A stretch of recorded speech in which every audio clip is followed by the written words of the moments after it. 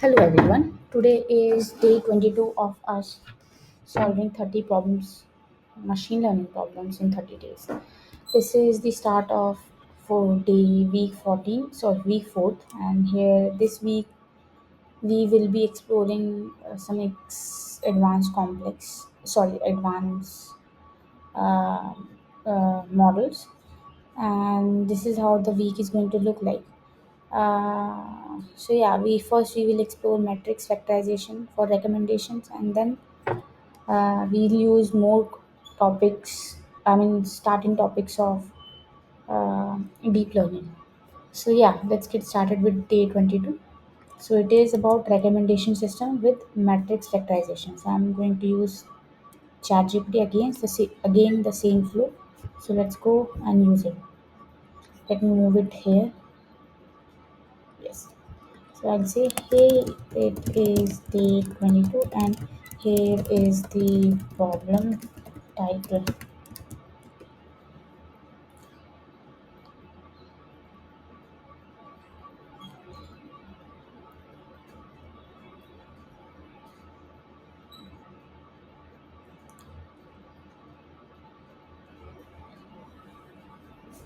Okay, so here it is. Day 22's problem on recommendation system with matrix factorization. So I guess we'll need to understand how this matrix factorization works.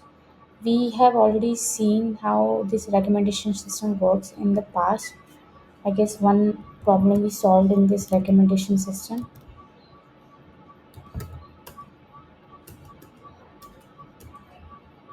Yes, day number 10, I guess. We use recommender system using collaborative filtering. Yeah, yes,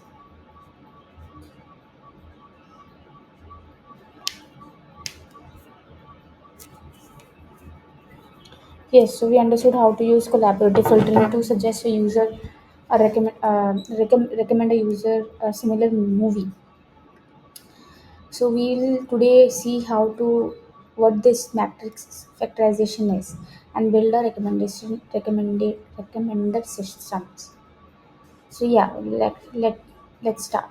Factorization is a powerful technique used in recommendation system to decompose large matrices like user item interaction matrices into lower dimension representation. Okay, this technique is especially popular in collaborative filtering based recommendation system. I guess is it going to be same collaborative filtering? Let's see. Here is the roadmap for implementing a recommender system using matrix factorization. If you have a dataset in mind, you can use that. Otherwise, popular datasets like Movie Lens or Good Books 10K are great for recommendation system project. The dataset should have users, that is items as in movies or books, and their interaction, ratings or purchases count. Okay, we will see where we can get this dataset from, and then step 2 is matrix representation. Convert the dataset into user item matrix where rows represent users and columns represent items. Each cell contains an interaction score like a rating. Okay, we did build user item matrix, I guess, in 10 day 10. Then we apply a matrix factorization algorithm. So this is something new today. Matrix factorization. We will apply a factorization algorithm like singular value decomposition or alternating least squares or non-negative matrix factorization. What algorithm did we use here? Hmm, use cosine similarity on day 10 to get the similarity.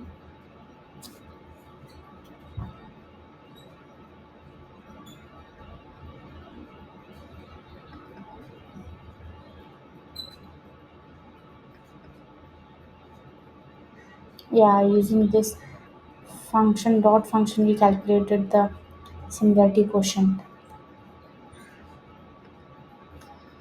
And here we are using an algorithm, a factorization algorithm like singular value decomposition alternating least squares or non-negative matrix factorization. Okay, we will understand that one by one. Decompose the user item matrix into two low dimension matrices, one for users and one for items. Okay, we will see that later. Step number 4 is after factorization, you can construct the matrix which allows you to predict interaction like ratings between users and items that have not been interacted with each. Okay, so we'll have to get the ratings or interaction for the new users. Evaluate the performance of the recommender system using the metrics such as root mean square, okay, or mean absolute error, okay. And then finally, we are going to build a function to decompose top items for a specific user based on the predicted transaction, okay. So the starting point will be this movie lens. But I want to say, do what? I'll pass this thing. I'll say, hey, on on day 10 we did a similar problem. How different today's problem is from that problem. Here is the uh, progress post for the 10th problem on, on how we solve it.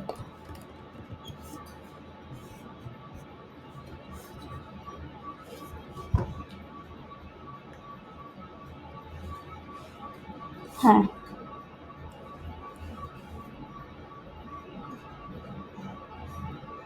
Both approaches solve similar same problem, which is recommendation. But today it is going to be with matrix factorization approach, which differs from collaborative filtering approach that we have implemented on day 10. So yes, today task will be on matrix factorization, specifically with these algorithms. So the focus is going to be matrix factorization, find latent factors. Yes, so let's.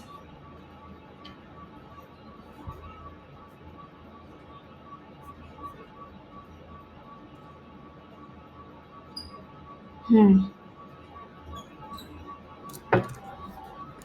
Yes, I understood the difference. Let's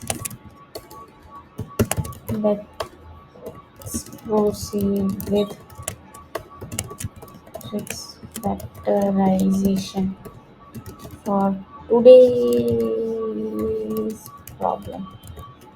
So we have to build the recommender using matrix factorization.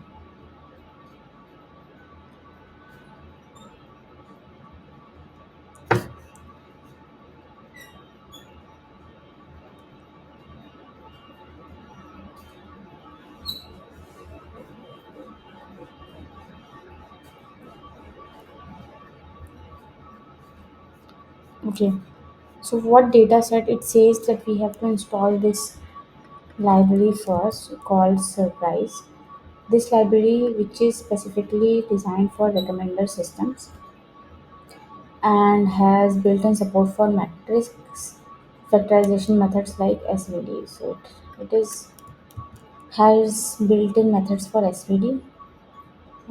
The an SVD is this singular value decomposition, an algorithm for matrix factorization. Okay, let's see. So let's download it. Oh, I have already opened my PyCharm. So let's run it. Install. Okay, scikit surprise library. And meanwhile it is doing so, we can come back here and read the step number 2. It says we can use the movie lens dataset you have worked with before. So I guess we have worked with this already, like on day 10. So on day 10 we had movies and ratings. Let me open the code for day 10. and we saw that we have already loaded the movie lens dataset, and this is how it is coming. Movies and ratings. Okay. So yes, I'm not going to download the dataset now. We are going to use the same dataset. And the dataset, did we mention the dataset? Yes, this is the dataset that we are going to use. Okay, perfect. The dataset contains user ratings for movies, which is perfect for building a recommender system. Okay.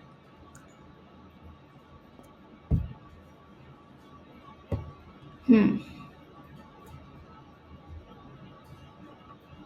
So okay, it has installed it perfectly. Let's create a new file for addressing today's problem, and it is going to be a Python file d22.py. Add it to our Git repository. Can you? I'm taking 1 minute. I'm going to grab the water bottle. Thank you.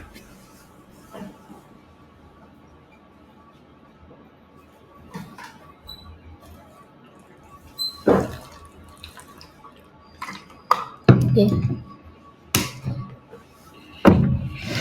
Now we will do what? We will write the problem name here. Problem here this is this, and the data set here is this from Kaggle. So let's start. Import pandas as pd and go back here, and from surprise library that we have downloaded, import dataset data from surprise dot model selection, import as surprise imagine train test bit. Earlier we were doing it from scikit, I guess, but I don't know why we are doing it with this. No, we know, we read it, right? It is helpful for uh, designing recommender system, has many built-in methods for that. So yeah, we are going ahead with that one. Once done, the step number one when is load the data set, load the movie lens data set. Let's mention that as well. Movie lens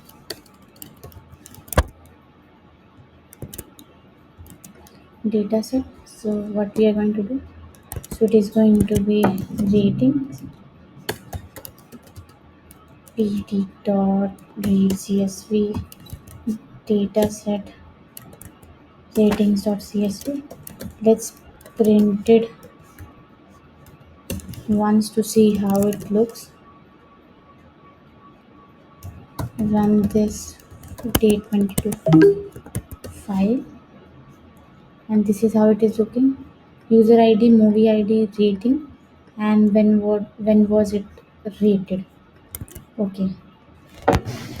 Prepare the date. So what we are doing, we are preparing the data for surprise library. Now I will go here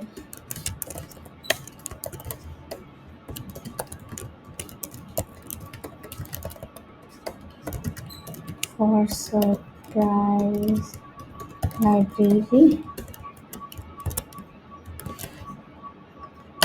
And how are we preparing it? Define the rating scale. Movie data set uses the rating scale from 0.5 to 5.0.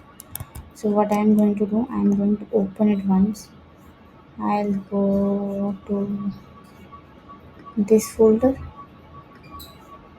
and here I'll go, not this, yes, this folder. Here I'll go this folder. Here I will open it with the max number software, and we will be able to better visualize it.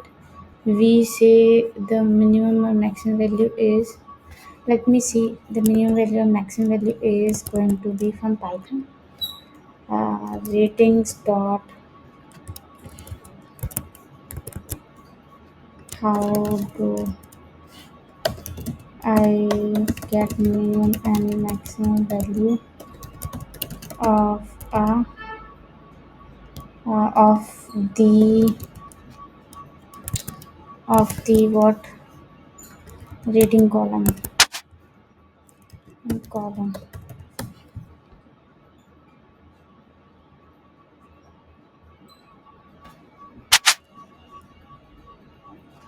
Okay. Print ratings dot rating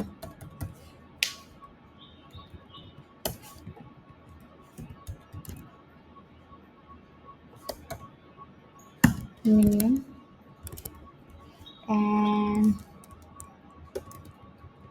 it is going to be maximum. Let's run it. Minimum is 0.5, maximum is 5.02. True. So true. So the minimum and maximum value, the scale is from 0.5 to 5. So define the rating scale. That is uh, so minimum is 0.5, maximum is 5.0. I'm going to comment this. I got a call. Give me a second.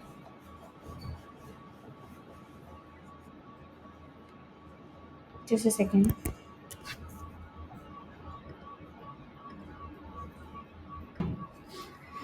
I'm so sorry. Let's go back. So yeah, we can see the minimum maximum rating is this. Let's go and define the rating scale.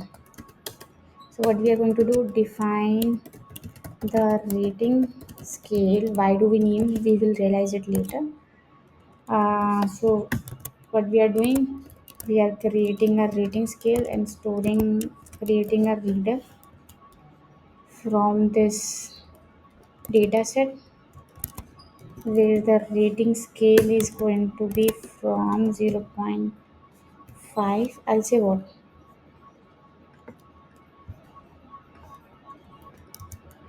I'll pass on this. Why to hard code, right?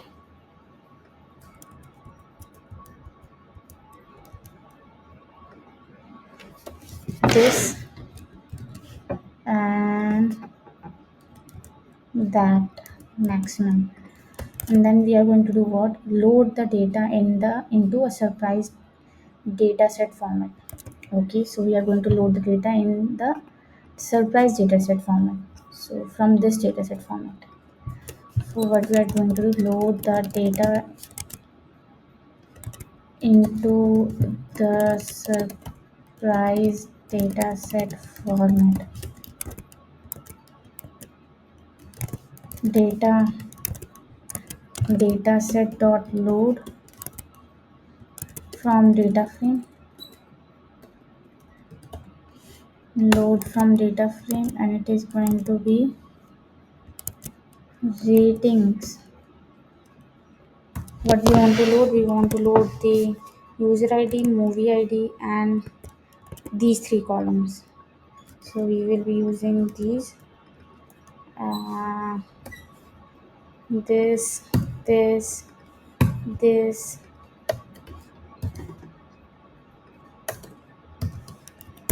So these three columns, and then we will pass the reader, reader as in the scale, and we will simply print this data. And if we will not understand, we are going to ask ChatGPT why we are doing this.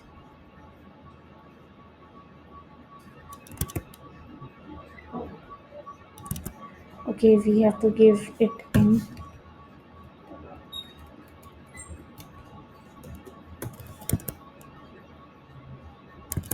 multi-dimensional form.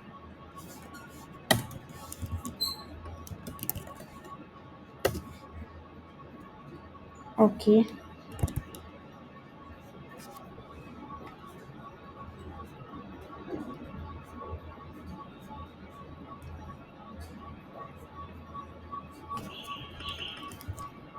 Why are we doing this?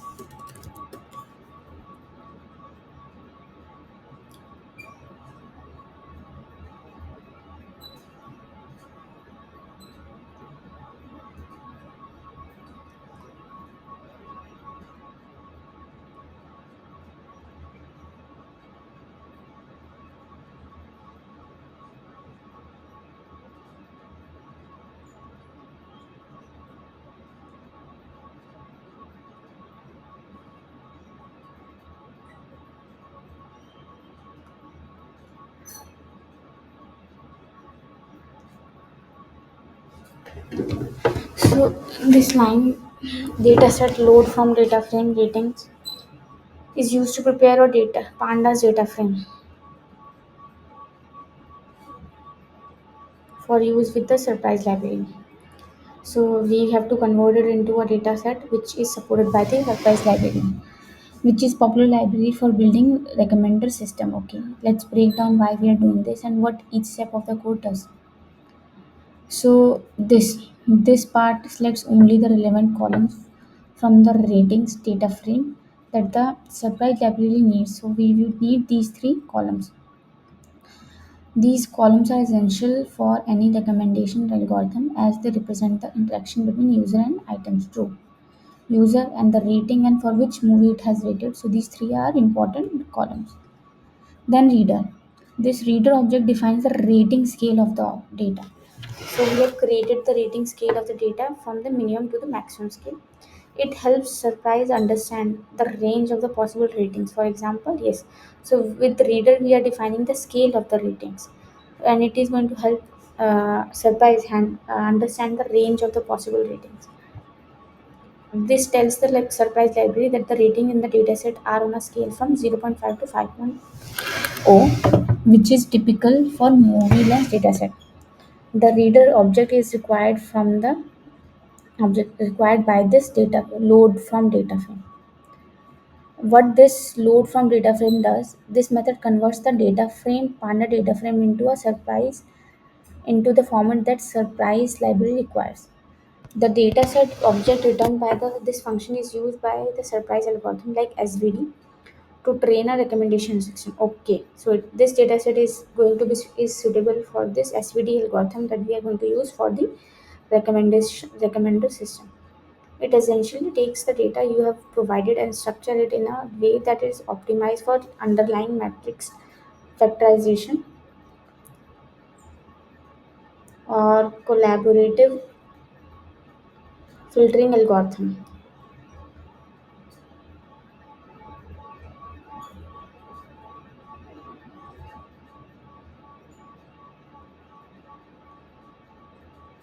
Okay. Input. The method takes two arguments. The data frame containing three columns user ID, movie ID, and rating. The reader object defines the range scale of the ratings. Output is the data set which object which that surprise can use to build the recommender system. So okay, understood. Let's go back. We have understood that this these we have to pass the ratings, the columns that we want to use for building the recommender system. This reader is to tell the surprise library about the scale of the ratings, I mean where it ranges from minimum to maximum.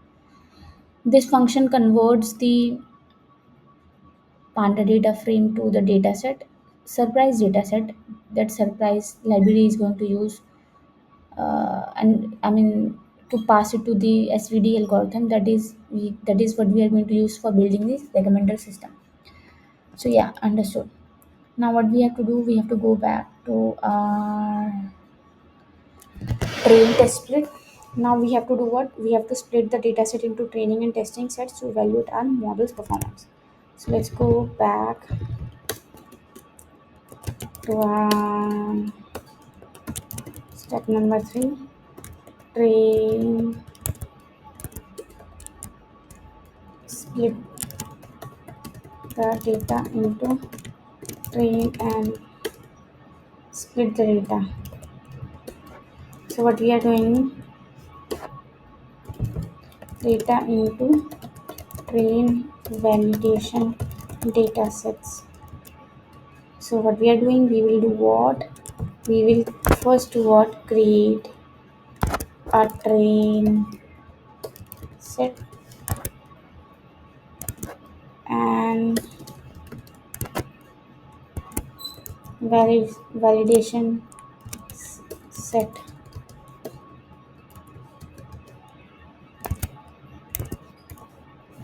Train test split. And here we are passing, so that is why the train test split we have imported from the surprise library, not from the scikit library, because here it is going to be different. So we have to pass the data set that the surprise library supports, which is a surprise library data set, and split it into train set and validation set, and the test size is going to be zero point 0.2. So the training is going to be 80%, testing is going to be 20%. Now, step number 4 is matrix vector factorization using SVD. Matrix factorization, SVD, and the full form of SVD is Singular Value Decomposition. Hmm. Hmm. Hmm. Hmm.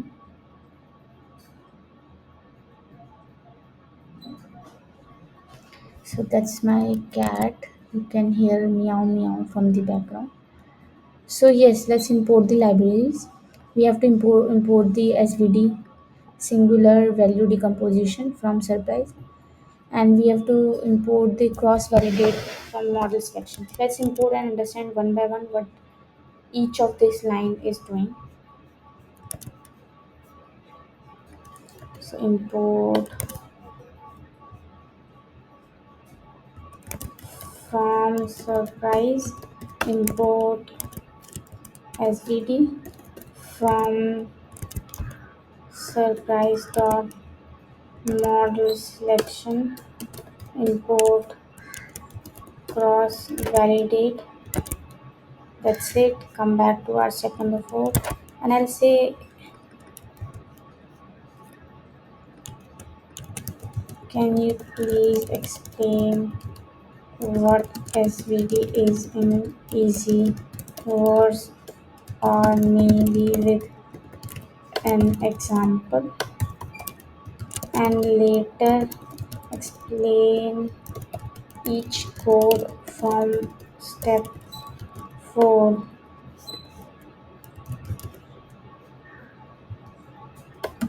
Okay.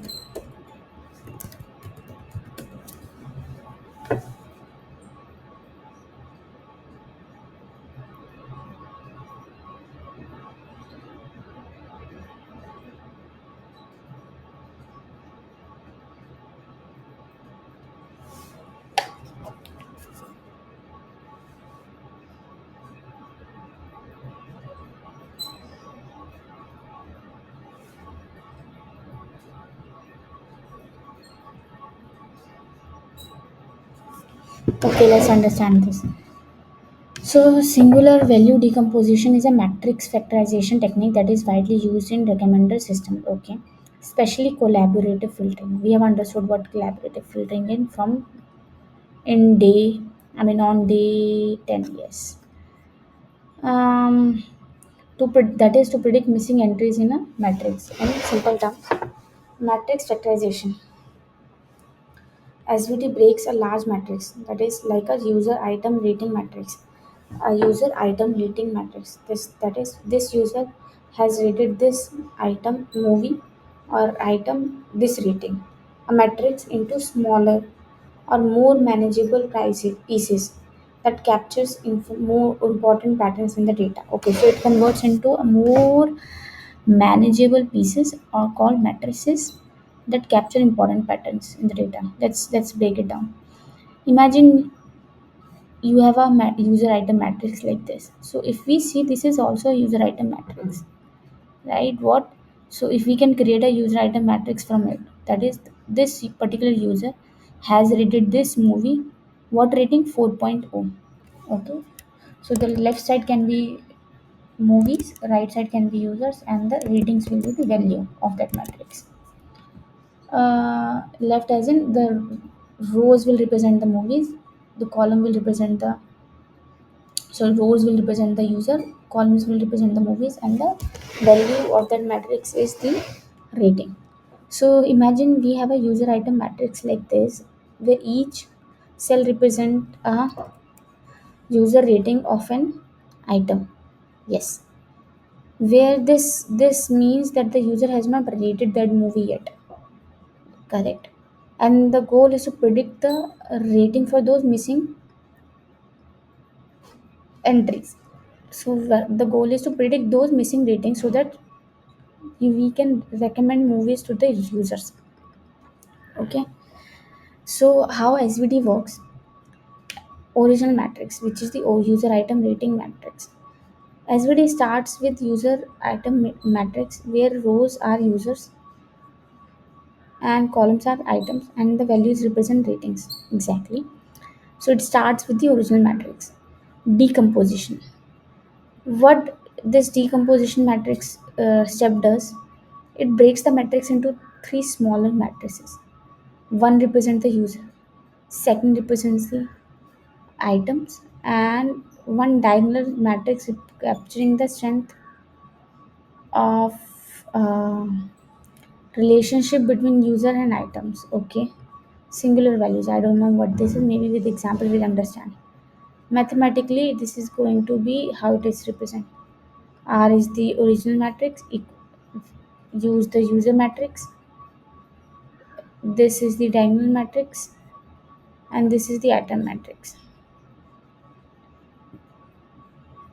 These resulting small matrices represent the user and items in a new low dimensional spaces called latent factors, that is hidden factors. So these small matrices are called as latent factors. These might represent hidden traits like a user's preference for a specific genre, like action, comedy, or movies popularity. By multiplying these smaller matrices back together, SVD can rebuild the okay. So by multiplying these smaller matrices back together, we can build the original matrix, filling in the missing ratings in the user item matrix with predicted values. I still have no idea how it does that. In short, so it does that, it splits into three smaller steps. Picks up the original matrix, apply decomposition as in it dissolves that original matrix into three smaller matrices. One represents the user, second represents the column which is the items, then third represents the diagonal matrix capturing the strength of the relationship between each user and the items. Now these smaller matrices represent the latent factors as in the hidden factors.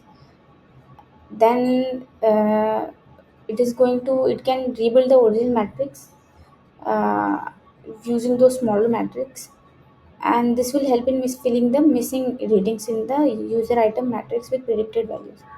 But I don't know how it is doing that, so it is a really good point to maybe discuss in future.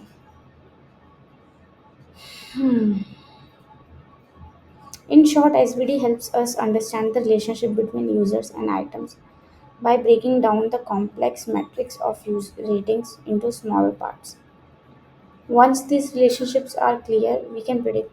So SVD, what it does, it helps us understand the relationship between user and items by breaking down in the complex matrix of ratings into smaller. So these smaller parts helps in understanding the relationship between users and items. Okay.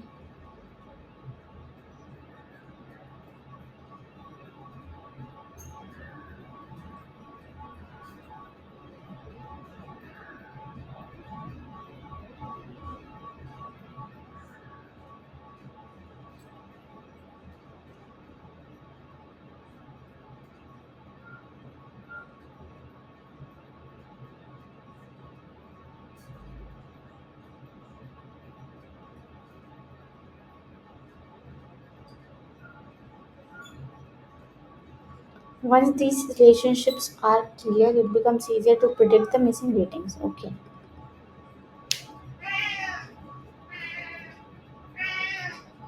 So just give me a second.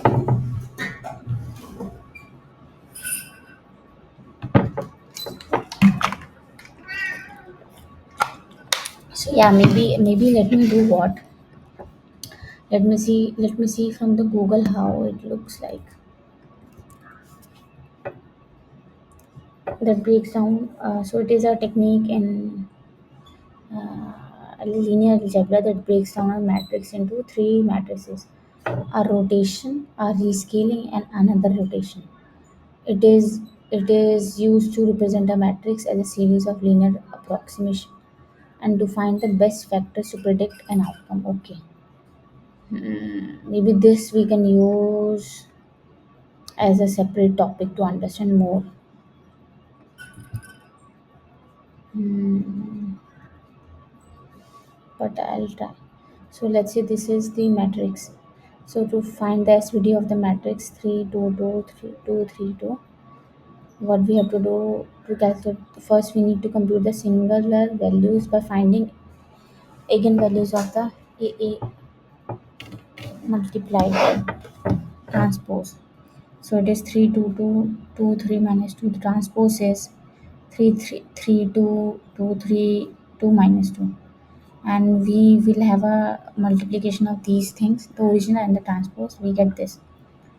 The characteristic equation for the above matrix is,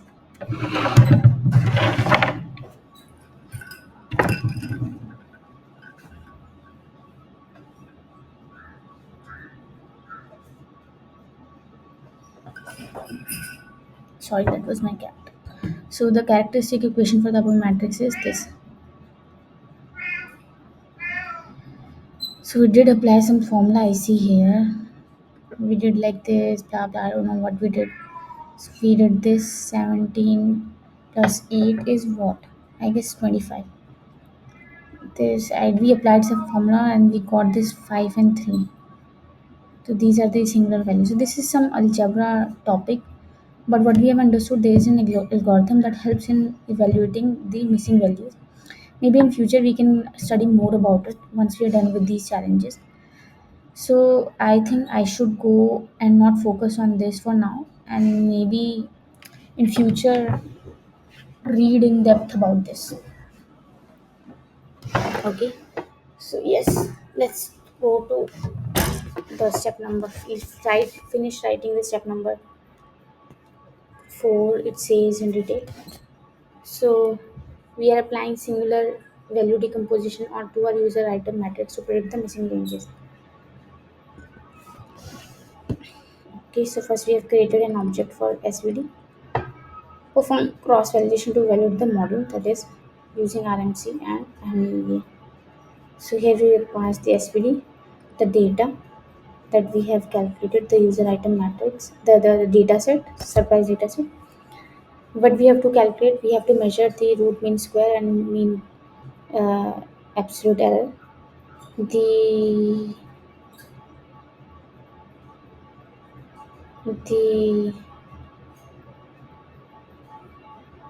SVD model, the dataset that we have prepared, root mean square and mean square measures the average magnitude of the errors. This root mean square measures the average magnitude of prediction errors. Okay, so CV represents, this means we are using five-fold cross validation, meaning that the data set will be split into five parts and the model will be trained and tested 5 times. Okay, we did it when we were performing hyper tuning in one of our problems. So yeah, here we are saying that we want CV as five-fold cross validation, which means we are going to split it into five parts. And the model will be trained and tested how many times? 5 times. The model will be trained and tested how many times? 5 times. So CV represents cross validation, uh, cross validation at folds, that is 5. Verbose as in printed, whatever it is doing, just print it nicely, a detailed output, so we can see the progress of the cross validation. So this is what how the we are going to see the see it on the terminal.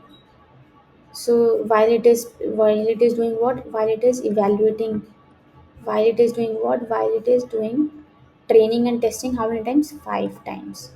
So let's do that. Fold 1, fold 2, fold 3, fold 4, fold 5, and then it is going to return the root mean square and the mean absolute error. So this cross validation ensures that the model performance is reliable and not just good because of a specific way the data was split. So this cross validation helps us visualize which set of settings we should use to have a good performance. Okay, so let's run this step number 4. Go back to our steps. So step number 4, we are going to do what? As SVD, create an SVD object, and we are going to perform cross validation. Perform cross validation to evaluate the model. So what we are going to do? Cross validation. We will pass the model. We will pass the surprise data set, and then we will say what we have to measure. We have to measure root mean square error, and we have to measure mean square error. That was mean square error, right? Yes, mean square error. And then the folds for cross validation is going to be 5 times it is going to fold, as in train and test 5 times. And then do what goes to, as in we want to see while it is performing this cross validation, it is training and testing on those 5 folds. So let's run it, and we add print it.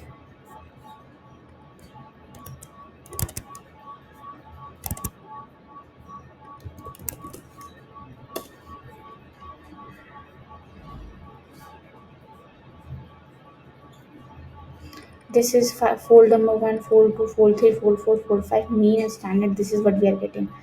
In fold 1, we are getting the root mean square as 0.87.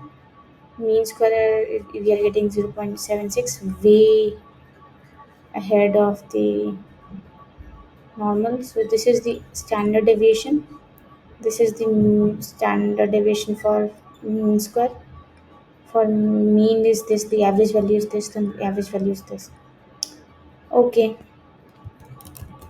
so what we are going to do, we will come and do what? We have got some idea. Let me do what? Print it, output. This is the output. And now we are going to train the model. We have performed the cross validation to see how the model is performing. Now we are going to train the model. So this cross validation, what I have understood is we use to visualize how the model is going to perform across multiple folds. Now what we are going to do, we are going to train the model using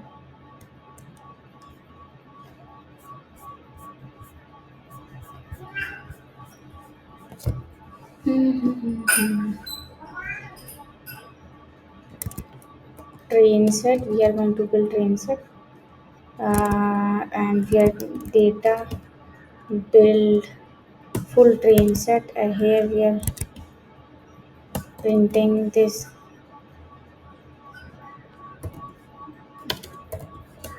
train set.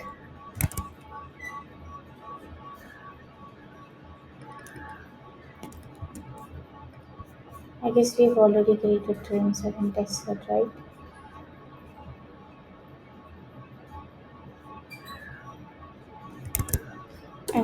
And then we are going to SVD. Ah,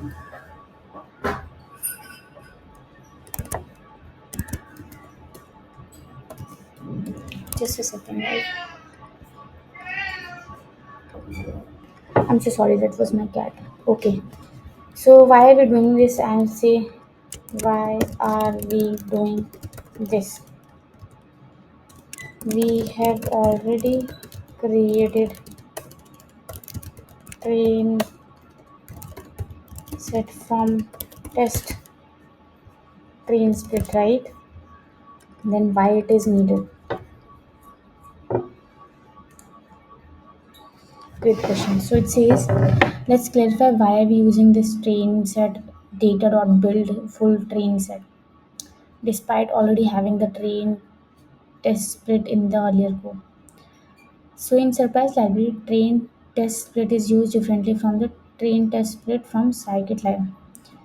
So here in Surprise Library, function you applied earlier, this from Surprise, splits the entire dataset into two parts, training set and test set.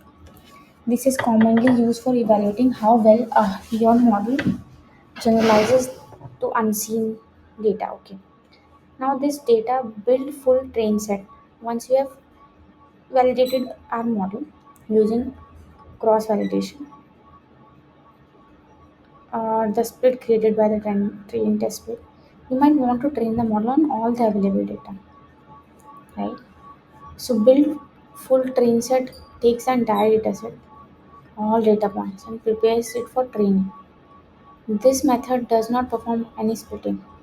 Instead, it creates a train set object from the entire dataset for final training.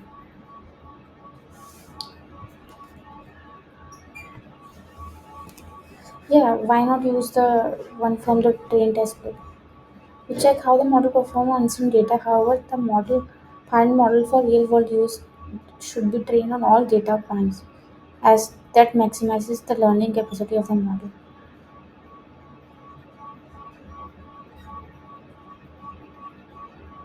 So this is used for preparing is used when you are ready to train the model on entire dataset.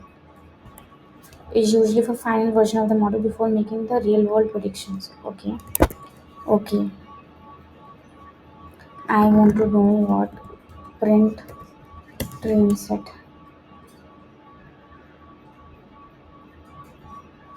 Yes, exactly. This is same train set. I'll say full.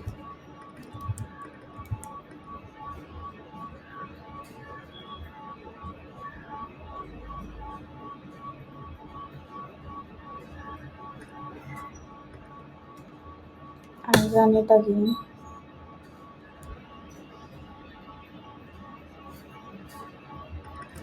So this is the train set. So I'll rename it. I'll not use the same word. So it says that the recommended systems should be trained on all data and it prepares the all data. So yeah, okay, let's go ahead with what it says.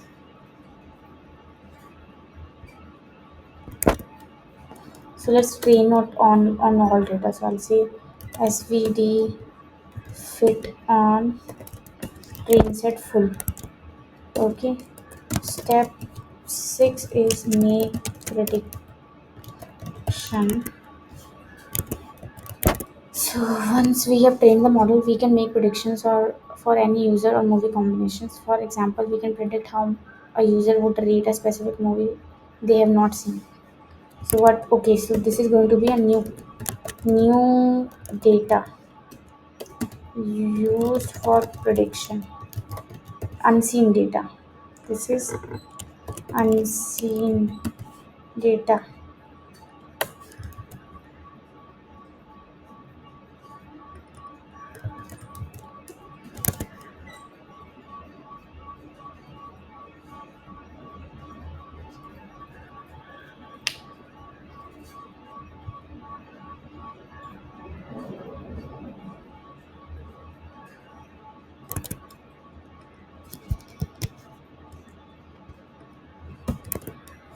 So user ID, we will say user ID is 1, movie ID is say 331,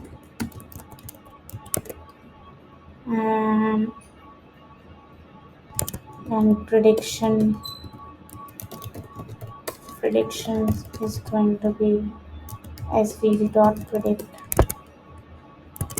this is the user ID, and this is the movie ID, and this is the ratings we have to print prediction for user and prediction for user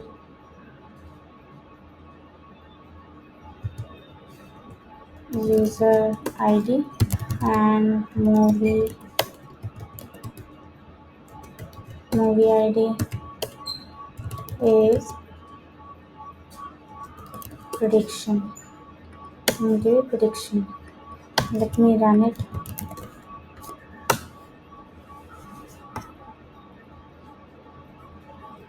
So it has predicted. So for movie 131, the user 1 has predicted. The user 1 item 31. This is none, established none. Says that it is impossible. I say the movie increase, let's say 4. I will run it again.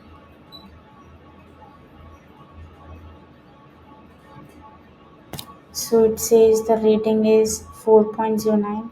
And here the rating is this is how it is coming.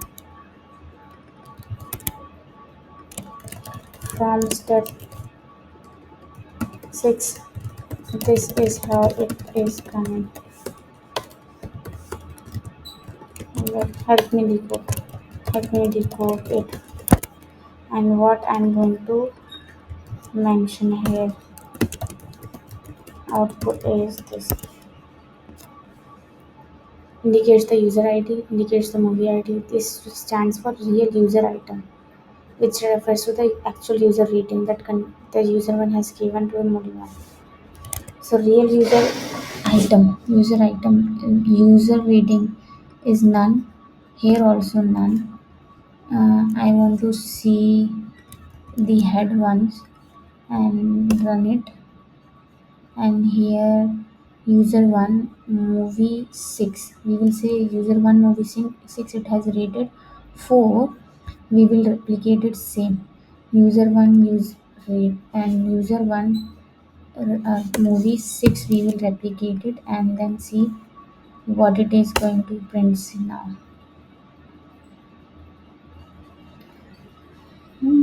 So it is coming near. User 1 item 6, user ID 1 movie item 6.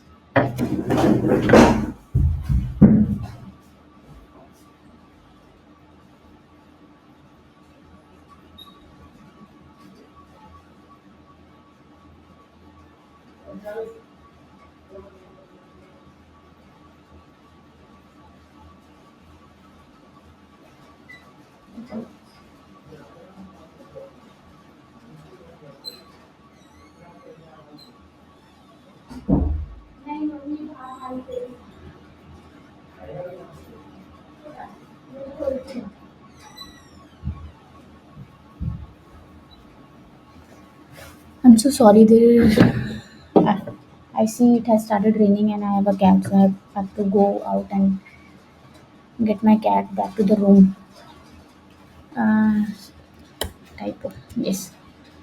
So yes, I see we do have rating in my original dataset, but I don't see it here as the original value is still coming as 4. So I'll ask. Actual rating is unknown.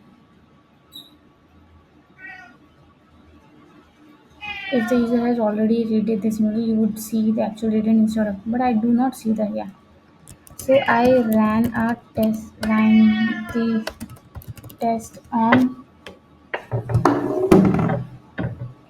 the test on user ID 1 and movie ID 6.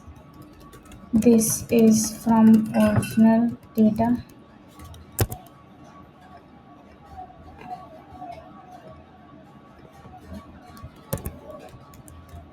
Here you can see the data has information. See the user one has rated movie 6 as 4 and gave movie 6 a rating of 4, but the prediction still says 9. Ergo, use it. Why so?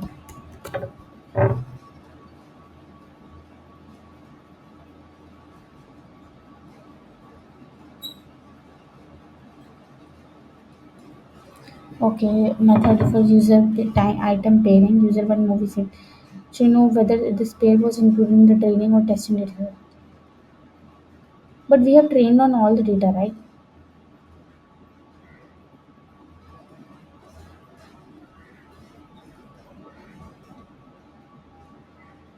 Okay, so it does not know which so while cross validation we saw that it is splitting in the data into forms, right?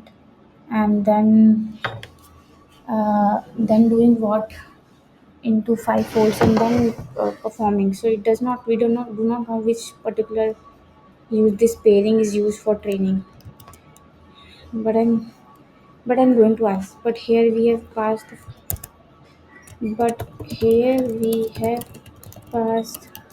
the full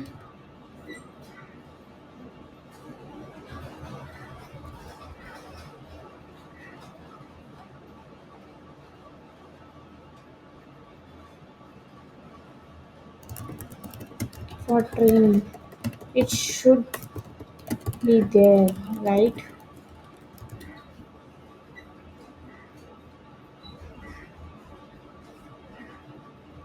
The expert model has seen the rating of him, but thus it should be available in the prediction. However, the behavior you are implementing is still consistent how operators are making his way. It says that the original user item ratings can still be none even with full data set training. The predict method in Surprise always treats the prediction as an estimation, even if the user item pair was included in the training set. It does not link automatically link back to the original ratings in the training set when you call predict and the predict method is assigned for.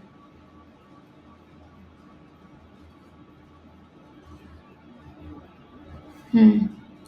Taking from the original, you can retrieve the real rating directly from the original dataset. Same how you can do. So predict. We say prediction dataset, original dataset, rating from the dataset. Okay, the real rating. Okay, so it says we can get the real rating. I can get it, of course, like that. But I wanted to say why it is showing this way. So what we have understood is it is usual behavior. Why? Because it does not automatically link back to original ratings in the training data when you call predict. It is designed for estimating user ratings for the okay. So it does not do that. What I have understood. In short, predict does not inherently know if the rating exists in the training set and does not retrieve the real rating unless you have test on a predefined dataset. Okay, understood. Strange. I'm still trying to understand this.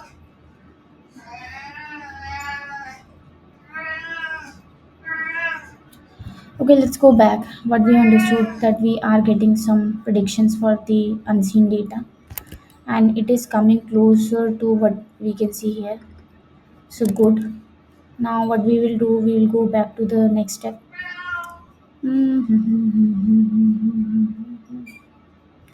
So yes, now let's go what copy this and mention it here, and this is the output. And the step number 7 is evaluate using root mean square and mean square error. So yes, So for that, first we have to import this from surprise import accuracy, and what we are doing, we are doing test the model on test set. Okay, so we have, if you remember, we have created a test set called validation set. So we are going to test the model on that. So it is validation prediction. So it is going to be svd dot predict on what x validation set. And now we are going to calculate the and print the root mean square. Calculate the root mean square error. So it is root mean square error is going to be accuracy dot root mean square of the validation prediction, and we are simply going to print root mean square error for validation data, and we will print it.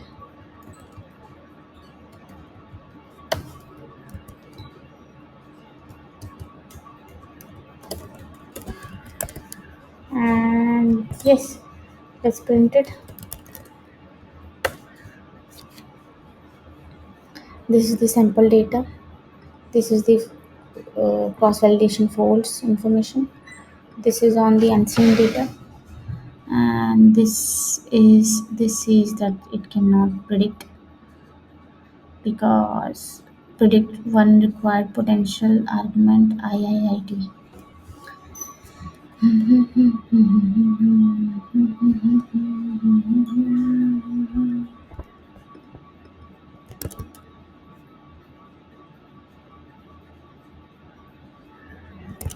Okay, not predict it, we have to test.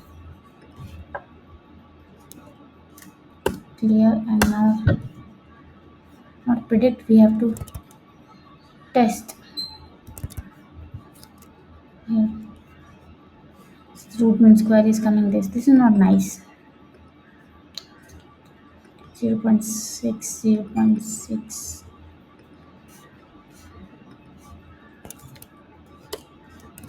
Test. Here we are doing test the model on validation data, and this is what is coming.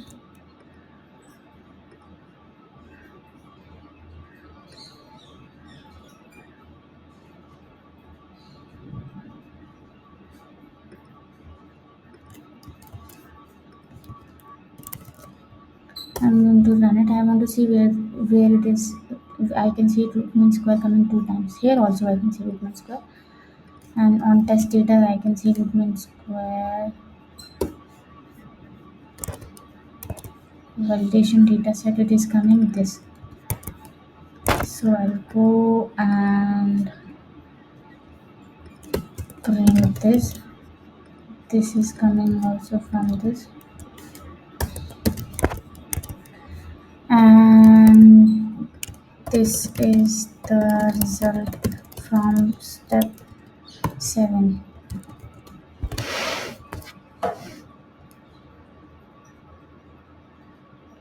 Great.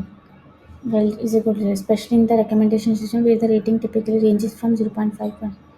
On average, the difference between predicted rating and the actual rating is 0.064, which is quite close. So it says that the difference between the actual rating and the predicted rating is coming as 0.64, the average. So which means it is not, it is coming close. So I can say,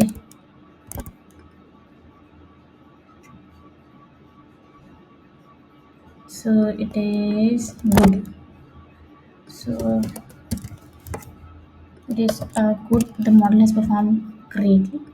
So I'll go and commit the code, but before that, what we are going to do, we are going to iterate what we have studied so far. So we saw today we made use of a different technique called matrix factorization. We use SVD or surprise library for that. What we did, we created a matrix using this SVD's, sorry, surprise libraries built-in functions like We created a data set that is suitable for SVD as in or surprise library using this load from data frame. We identified the scale of our ratings. Then we performed a cross validation to evaluate how the model is performing. Then we trained and then predicted on unseen data, and then we tested the prediction on the test validation data, and then we got to know that it is coming close. The difference between the predicted and the actual original value is not is close, which is 0.67, 0.641. So the model is performing good. Do I think I will have to iterate again, come back to this topic of SVD in future? Maybe a detailed topic, because we saw that it is a algebra topic, so we need to understand how it is doing that and why it is doing that. But for now, what we know, it is used for heavily used for recommenders, building recommender systems. So yes, let's commit the code. Day 22, commit at day 22, code for day 22, push domain should see in our repository day 21. Yeah, day 22. Yes. So yes, it looks good. I'll go edit this video and publish the textual form of what we have understood or explored till now today. Thank you very much. And you can find that on my tech journal, akanshasaxena.com. So thank you very much.